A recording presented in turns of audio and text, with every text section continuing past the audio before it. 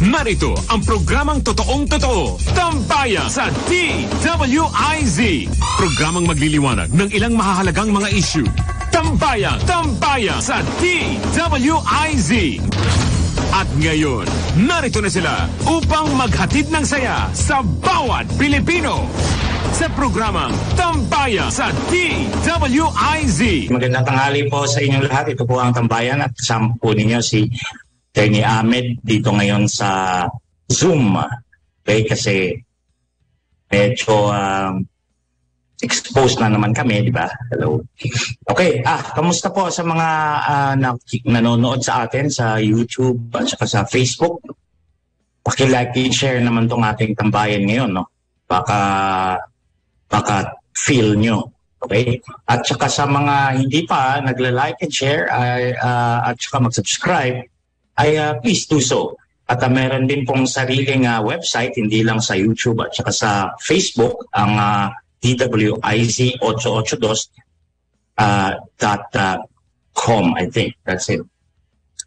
Okay. Meron din pong app na para sa iOS at saka sa Android devices. I-download nyo lang po yan doon sa Google,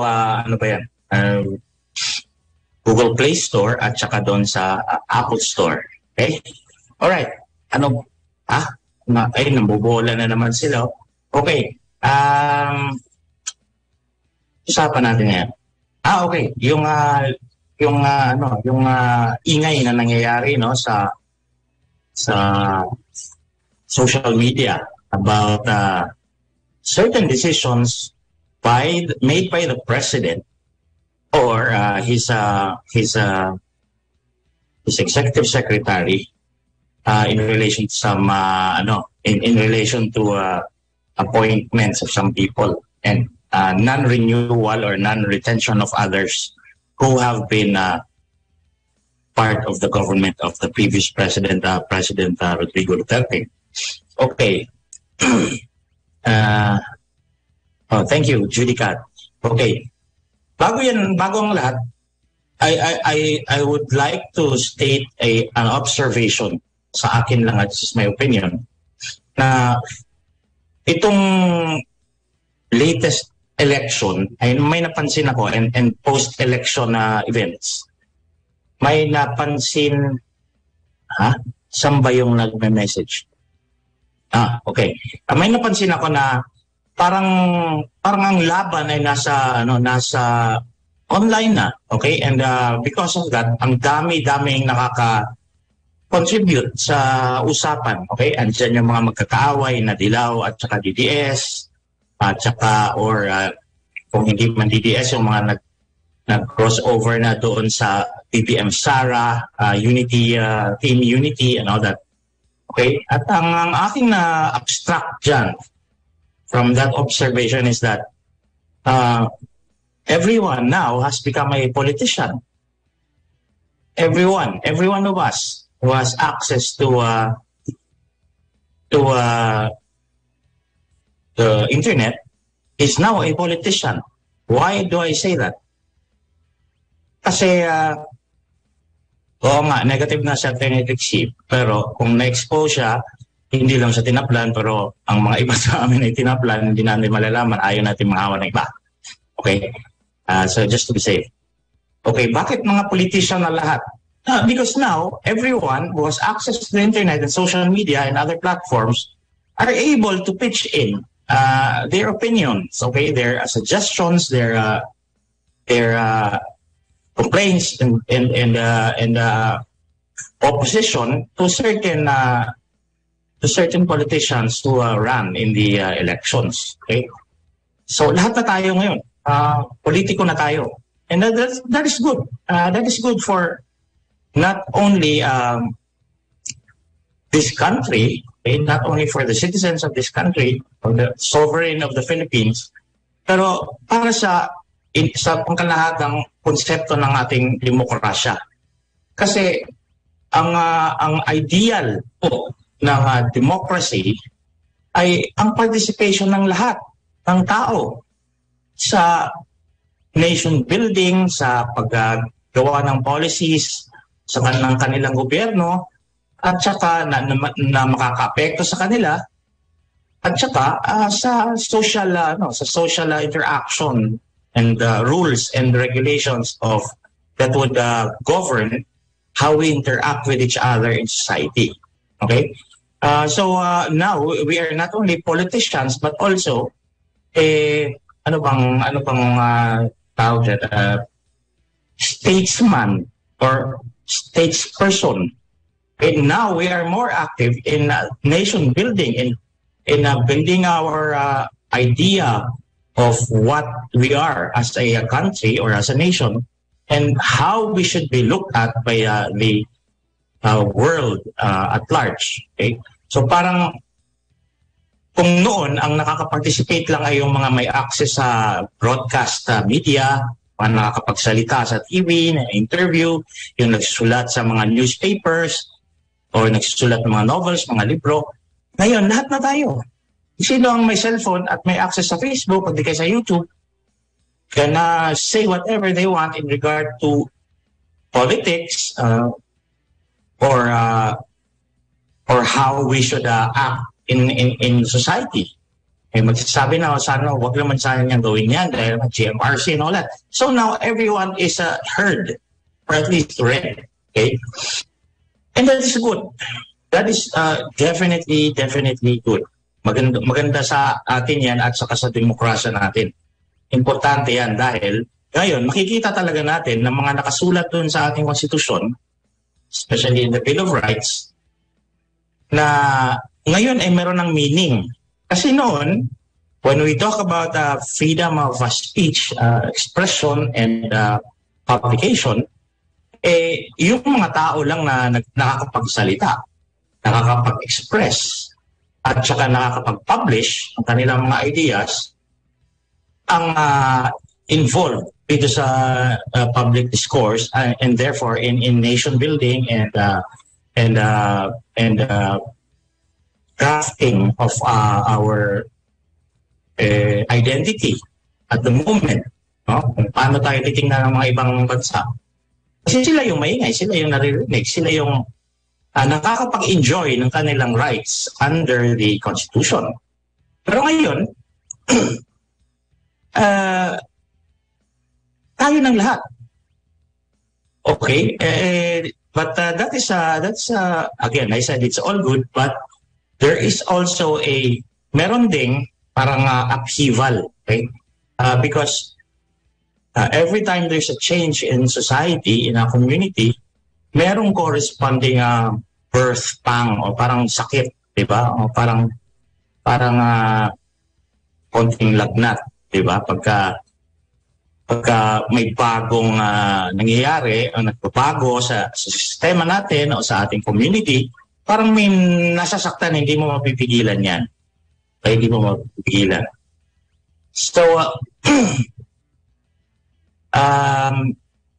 mabuti yan on one hand, and on the other hand, maraming makakaramdam ng sakit o anxiety or agam-agam tungkol dito. Because, why is that? Because we are all groping in the dark as to how this should carry on. Paano ito magpapatuloy itong sistema? Anong rules dito? Anong susundin nating mga panuntunan, okay? Na dapat susundin ng lahat.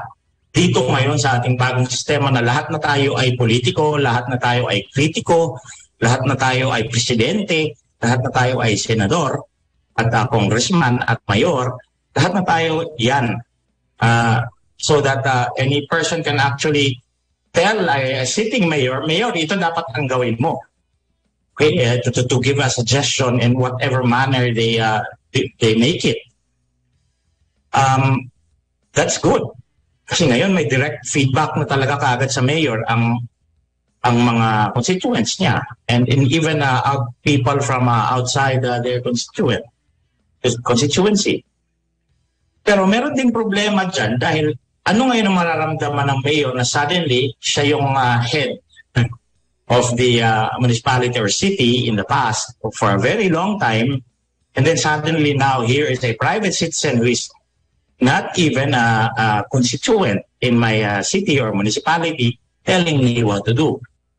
Okay? So, ngayon, magkakaroon tayo ng clash of values kung paano natin to i-interpret, kung ano ba to, mabuti ba to, and sa ating lahat, and at the same time, how do we balance it with the pain, okay, with the pain of the upheaval sa pagbabago.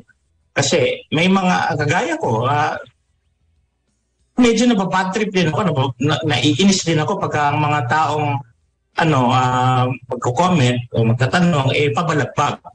Pero hindi mo sila masisisi. Kasi there is no rule for this. This is a new fangled thing. And wala pang rules dito. Bago lang to. Matagal na ang social media, matagal na ang Facebook, matagal na ang YouTube. But our using of Facebook and YouTube and other platforms of social media in expressing our participation in nation building and policy making, in law making on all levels, not only the barangay, municipality and city, but also in a national level. We also tell the senators na palitan nyo na yung pangalan ng airport. Diba? And we also tell the president na bakit mo itinanggal yung mga hindi mo ni-renew yung mga nakaupo dyan sa ahensya na yan. Okay naman sana ang ginagawa nila. Okay? So how do we deal with that? How do we deal from the side of those people who are the leaders, who are the actual politicians and officials? How do they deal with that new system now that private citizens, regardless of educational background or status or age, can now tell you what to do, or even tell you you're wrong about what you just did. So kailangan mag self-searching, soul-searching ang mga politicians. At the same time, yung mga nag-react naman na citizens na hindi naman sila public officials but now are virtual officials, virtual politicians, virtual moralists, virtual elders, paano naman nila i-handle yung pag sinagot sila ng presidente na ikaw ang konti lang ng alam mo. Ako, pinag-aralan ko to. Kung yan ang suggestion mo, and tinanong kita ko ng basis mo at hindi ka makasagot, mapapahiya ka. Magagalit ka. And some people would begin attacking the person. Or some would just feel bad and change sides. Or worse, accuse the actual official of being or of lying or going against his promises during the campaign. But all of these things are serious. Nakakasakit ito. Nakakasakit ito sa mga totoong politiko at nakakasakit din ito sa mga virtual na politiko. Nakakasakit ito sa taong bayan at saka sa ating mga opisyal ng gobyerno. Pero what do we do about this? Should we just stop doing this and just go back to the previous system where we just shut up, even if now we have a better access to these people that lead our country? Because it's painful, we just stop. Okay, wag na lang. Balik na lang tayo doon kasi busy ito eh. Or we just grin and bear it. And together we can just continue doing this at pagkakaroon tayo ng kalyo. Gag-develop tayo ng kalyo, di ba? Na pagka palagi mong ginagawa, magtagal, kaya mo na tolerance, di ba? And then, hindi na masyadong masakit, and then you just continue doing that. At tawagin mong buo po yung presidente, senador, tanga-tanga kayo, hindi nyo alam sinasabi nyo. Sasagot din naman yan, kayo, nakabasa lang kayo ng konti, ang feeling nyo, ang gagaling nyo na. Okay? Samantalang kami dito, kami itong nag-aaral ng mga data, mga reports of our our staff in the district or on the ground, in the grassroots. Kami nga nag-aaral niyan, hirap na hirap kami dito kung paano to i-reconcile, just come up with a policy or a law or an appointment or choosing a new secretary or undersecretary. May insulto rin, di ba? Sasaktan din ang mga taong bayan. So, I leave it up to everyone listening now, not only citizens, but also some officials who happen to be listening right now, na siguro we decide to move on with this, to continue this. But at the same time, we temper ourselves with certain principles that could apply to this situation where everyone gets it, gets to have an easier time doing this, okay? Going through this birth pang, di ba? Na maganda siguro kung tuloy natin to. Na ngayon, nagkakarinigan na tayong lahat, direct feedback. And at the same time, let's just be a little kinder to each other, siguro. At least for the meantime, in the beginning. Na kasi ako talagang pag nag-visit ako doon sa kausap ko, namumura talaga. O, natatawag talaga ng pangalan o insulto, ad hominem, and I admit that. Because I too do not know the rules. And I'm still struggling with the etiquette of all these things. And my only plea is that understand me as much as I am trying to understand you.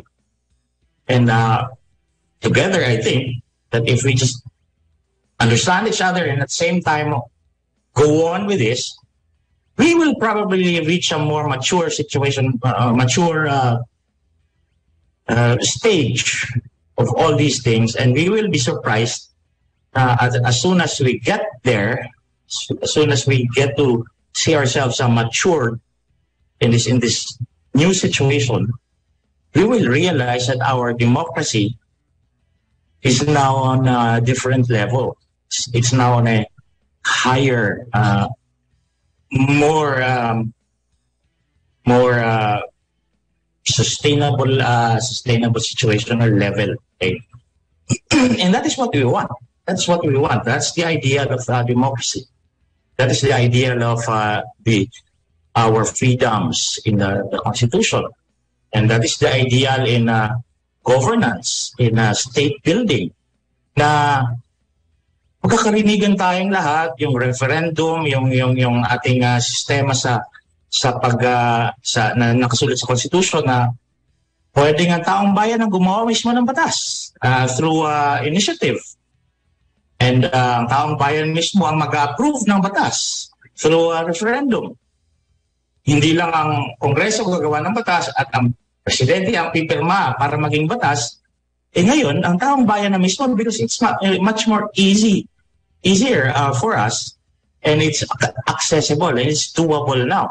So as we move on, as we mature in this kind of democracy, our institutions will follow suit. Our laws will be more lenient on certain things, just to accommodate this kind of openness and mutual listening. Our election laws will now have clearer guidelines on how to exercise initiative and referendum. Right? So everything is elevated to a higher level of democracy. And that is all thanks to us. But this can only be realized if we just take it on ourselves to be kinder, a little bit kinder to each other, so that we can continue with what this beautiful thing that we invented here. I'm sure that this is also happening in other countries, in other places, but it's important to understand that what we have here is what we created ourselves. We created this. This was not imposed to us upon us by the Americans or the Russians or the Chinese. This is just purely Filipino. We did this. Okay? We led ourselves here. Since this is our native invention, then let's nurture it. Let's take care of it. Let's continue it. There are people who attack this, then let the others defend this. If there are people who criticize it, and let the others reason out for it. Diba? So, and understand that anybody who wants to defend something over there now, as your opponent, may be your friend tomorrow on some other issue, on some other discourse. Okay? So, in that case, para tuloy nga yung mga kinamamanghaan lang natin dati in the past. Like for example, ang mga abogado, when they are not in court, when they are in court, talagang awayan sila. Okay? You can really hear them scratching each other's eyes out. Okay? But then when they go out, and after hearing, they go out for a beer or golf, and they are just joking with each other like nothing happened. Now, that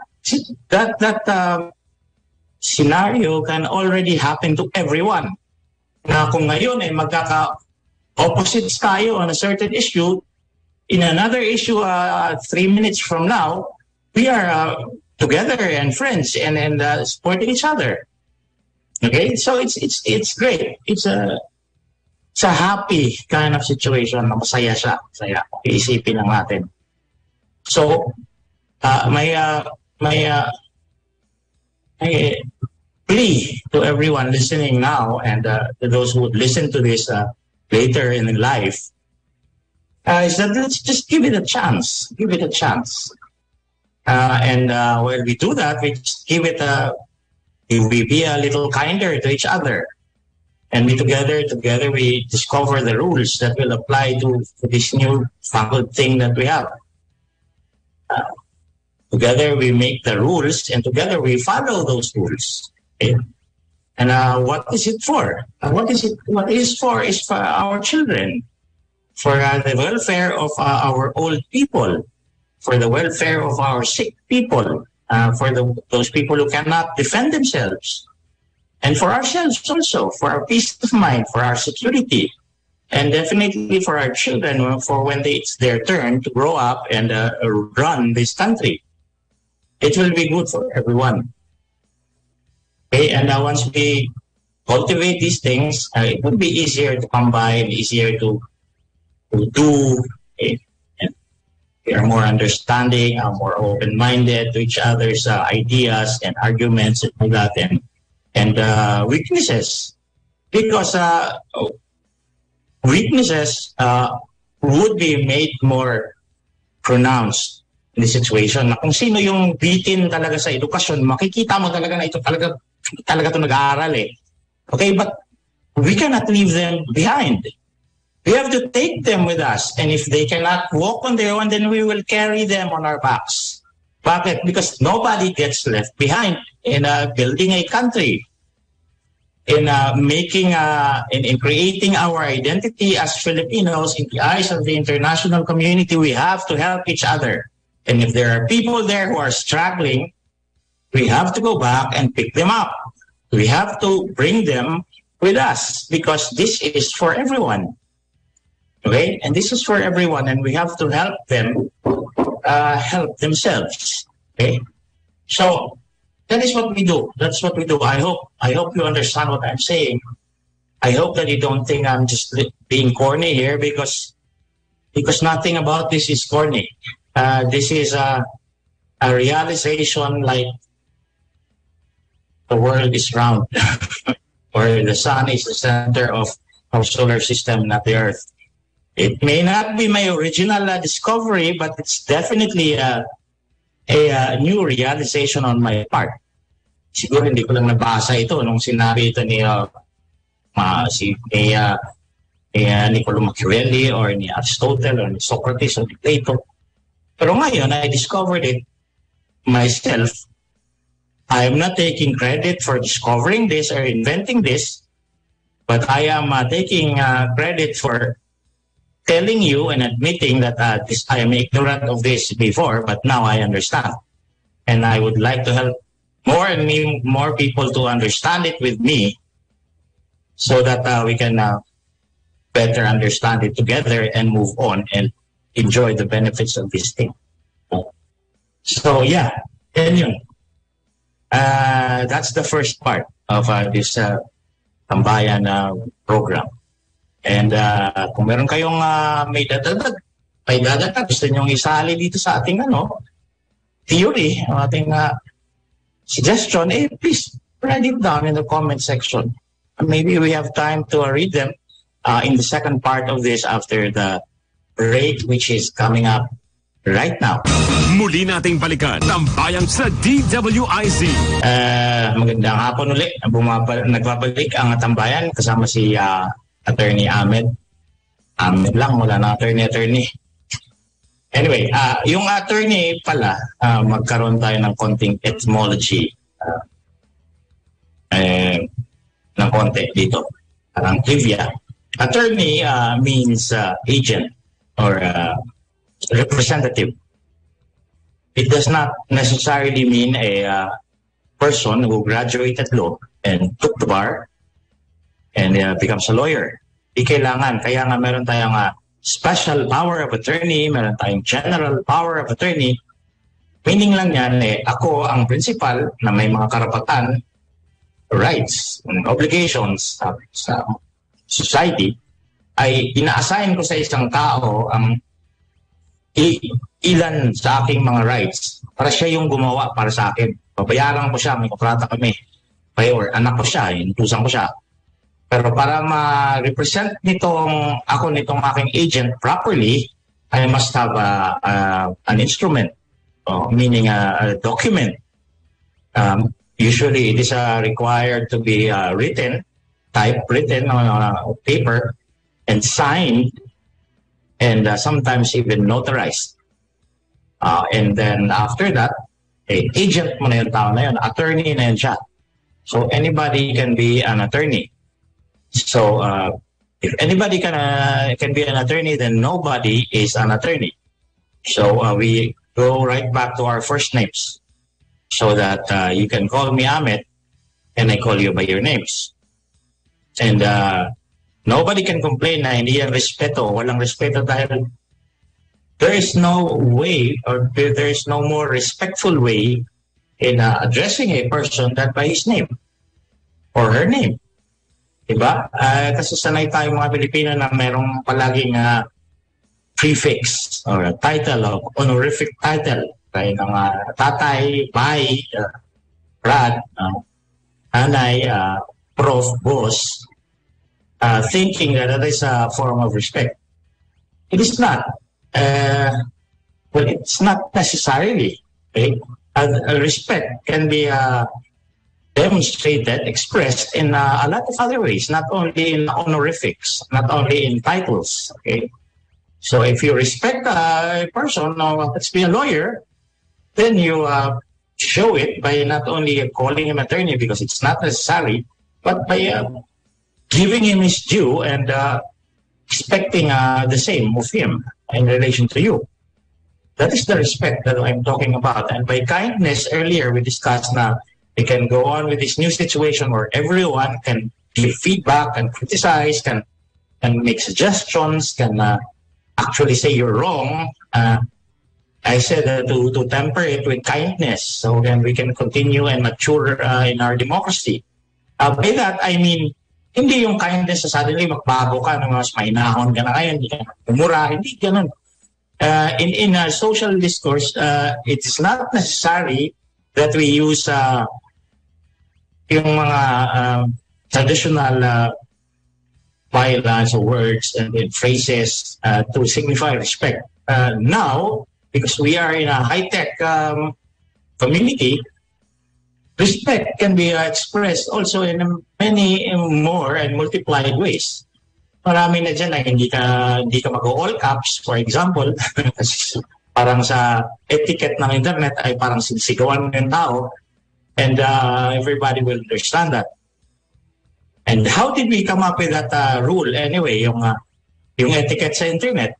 By discovery. In the beginning, when the internet was new, everyone was in the same situation as we are now, medyo chaos. They also decided to continue dealing with each other in the internet and discover the rules that would be desirable and effective, that to help them explore and exploit this newfangled beautiful thing, but also to govern themselves. Okay? Ganon din ang gagawin natin ngayon. And when I say kindness in relation to that, which is now could be a good rule to apply or to add to our collection of rules.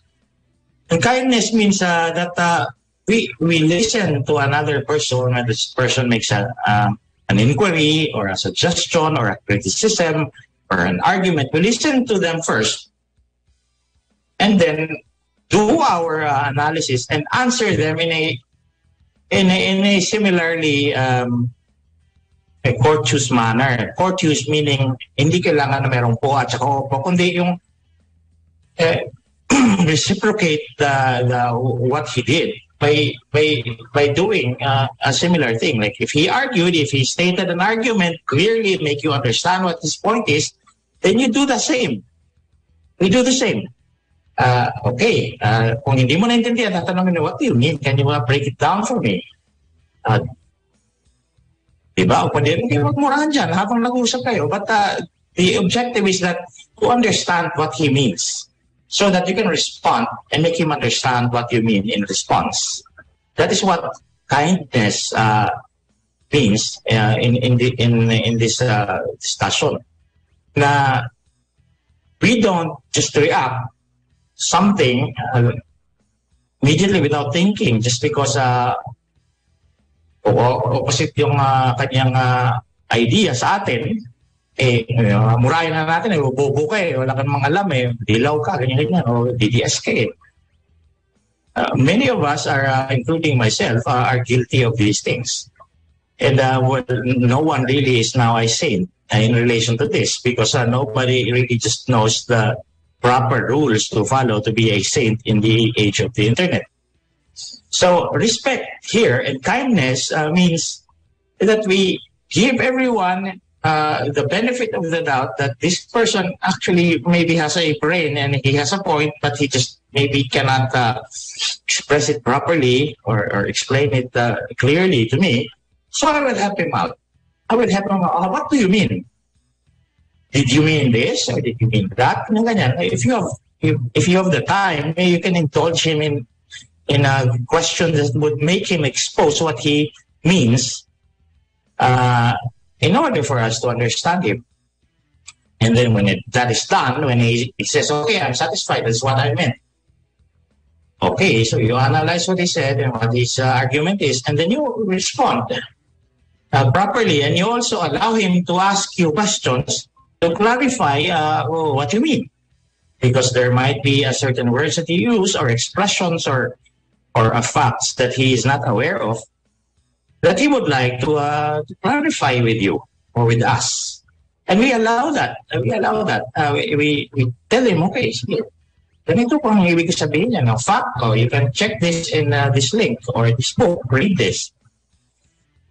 So that the person knows if ever he is wrong, according to your argument, he knows where he is wrong and he can learn from his mistake. And similarly with us, ganun din. Pag ginawa natin sa kanya yan, maisip na gagawin ko rin dito sa iyo. To be fair to you, to be kind to you, to be courteous, to be respectful. I will also tell you the basis for my arguments and my statement, my claim, and maybe you want to check it out. Google mo, GMG, ganyan. And now you are both the better persons for it. You get out of this argument, you go home, you stop fiddling with your computer and eat, thinking na, okay, I'm a better person because of that a conversation there, exchange there.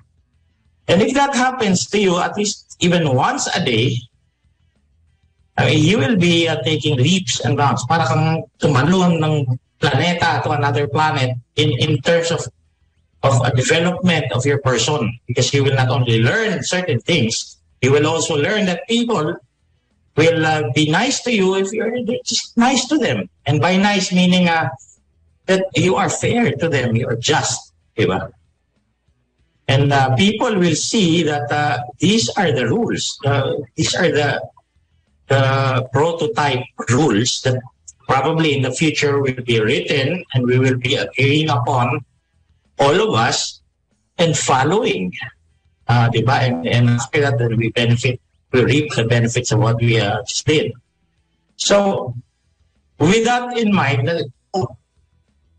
maganda naman pala matutunguhan natin eh. So yeah, let's promise to stick with this thing, di ba? To understand each other, to continue with this, criticize and all that. Be open-minded about things. Be kind, respectful, courteous. To achieve that more mature democracy. Because democracy, okay, let's go to democracy now. Why are we talking about that? How is this important to us? Democracy has been the dream of civilized people and even non-civilized people since the time of the Greeks, the ancient Greeks.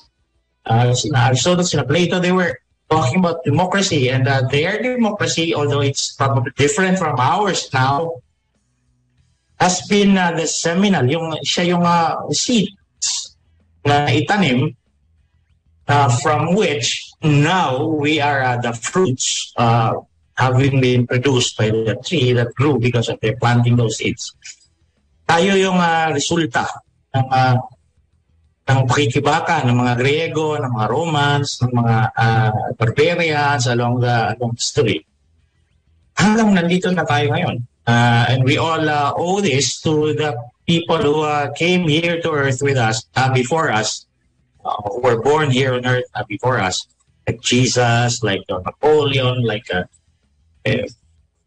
Homer, and Aristotle, and all these people, because they were doing what we are proposing to do now. Because they did that, because they were kind to each other, because they just continued thinking about things and discovering rules and hoping for the best to get the benefits in the future. If we just go on and follow their example and continue that now, this democracy will be a lot different from the democracy of our children about like 500 years from now. We're still here. The earth is still here and not swallowed by the sun. Okay? It will be different from their democracy. I won't be sure if it's a better or worse than their democracy, but it's different. And the difference will have been contributed by us. The difference would be thanks to us, or will be blamed on us, whichever the case is. So if we are careful, if we are prudent in what we are doing right now as we try to mature in this democracy, malalaman ng ating mga anak kung sisisihin ba tayo or sasampahin. Diba? And however, whatever happens, it's probably going to be good still. Diba? Na meron tayong na-contribute sa ating mga future generations. Natutunan namin yan dahil may mga tao na nakapag-isip ng ganito na mas maganda sa panahon ni Marcos, the second Marcos president.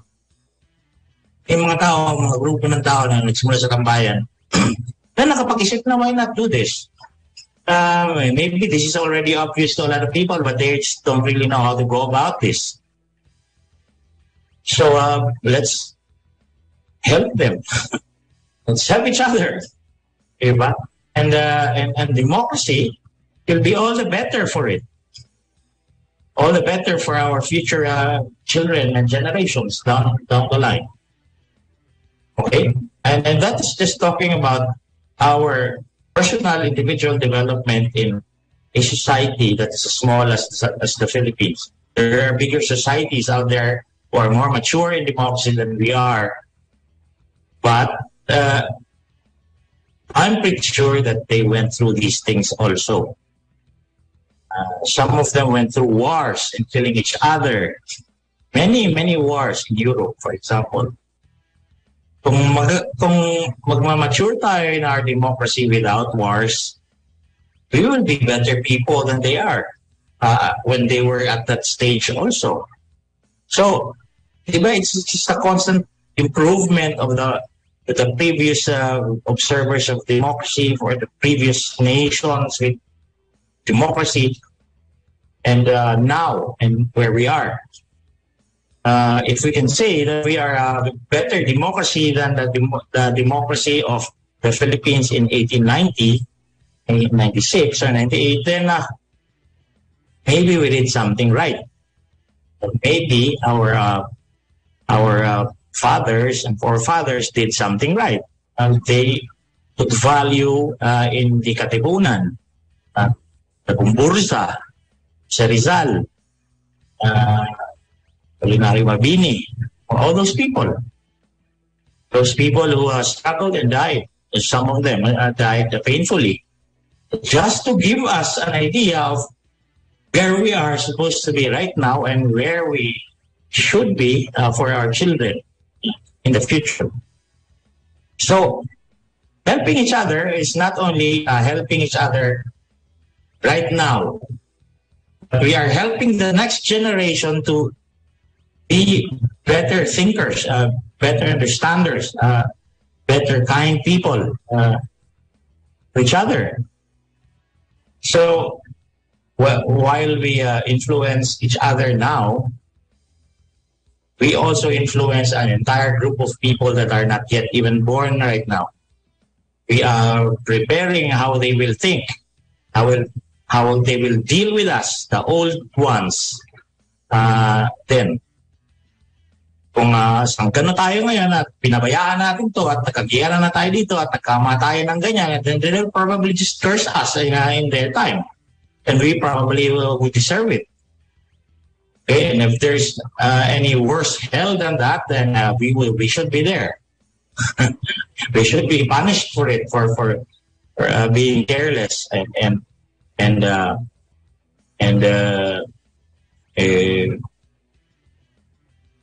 imprudent in the handling of the democracy that was assigned to us to improve and then pass on to them when it's their time. So, ayusin natin para hindi nila masabi na nagpabaya tayo ng mga siraulo tayong mga tao dito sa Pilipinas nung if sila pinapanganak, and therefore they inherit a really fucked up world. Diba? Yeah, that's our responsibility and that's our debt to them. So, imagine this, that how we move now, how we deal with each other now, how we be patient with each other now, would shape how these people in the future, like 10 years from now, would be acting towards us when we are old and sick and almost dying. Kung wala tayong silbi sa kanila dahil sinalanta natin ang mundo nila, sinira natin ang kanilang nature, environment, kalikasan, sinira natin ang mga prinsipyo na nakasulat sa konstitusyon dahil hindi natin sinunod. Ang mga batas ay hindi na nare-respeto dahil masiraulo tayong lahat. Ano ang maiiwan sa kanila?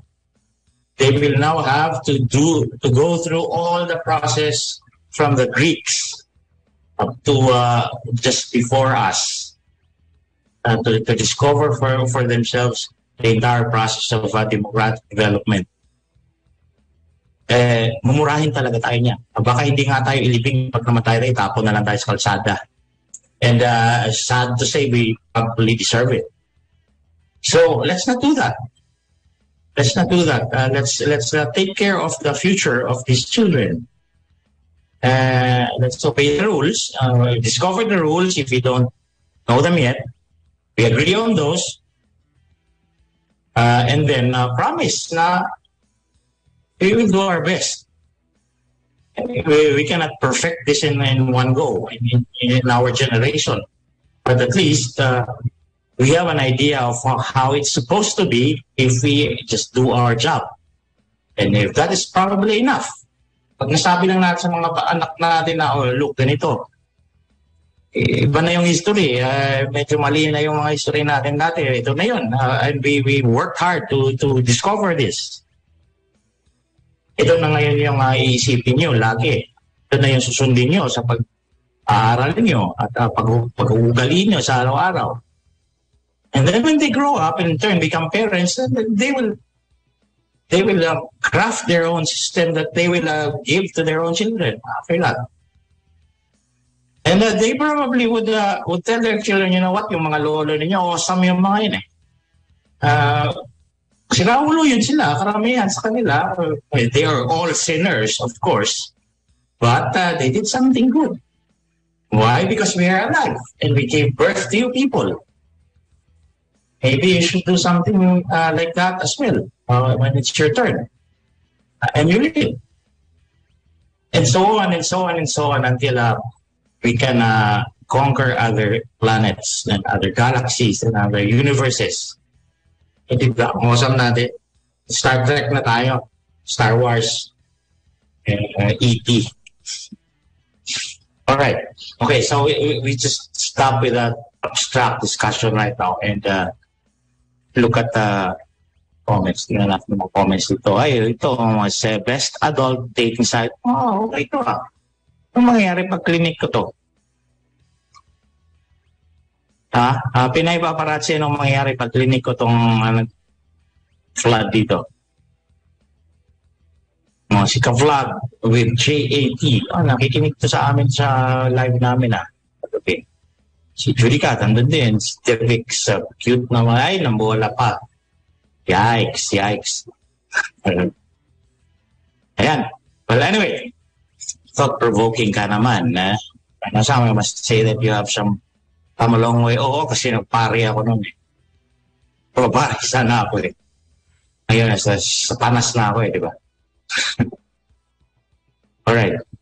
Okay, we are nearing the end of this program and I thank you very much indeed for listening now and taking me half seriously because I am not always the punk. I am not always the unruly child or the almost always angry person. I also know some things. So I would like to share it with you, and I just did. And I hope to continue doing this, interspersed with being the angry kid and the unruly child and the Satanist guy. Okay? And I hope that you will just understand me for that. And as I understand you, as I listen to you, you listen to me, and we listen to each other and other people, not only you and me, and we will be going somewhere. We will be going somewhere, and we will find out where exactly soon enough when we have our own children building their own world for themselves. Okay? Yeah, yun lang yung aking sa inyo, message sa inyo ngayong araw. We are in a new situation. It's an upheaval. There's bound to be pain in this.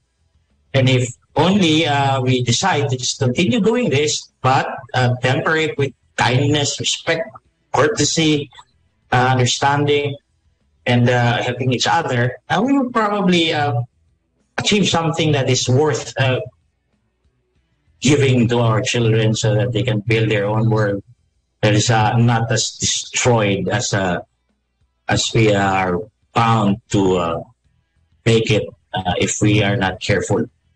Okay? So that's it. I'm Ahmed Paglinawan, part of Luminous Cruz Angeles and Ahmed Paglinawan on Facebook and YouTube. And follow us and subscribe and whatever.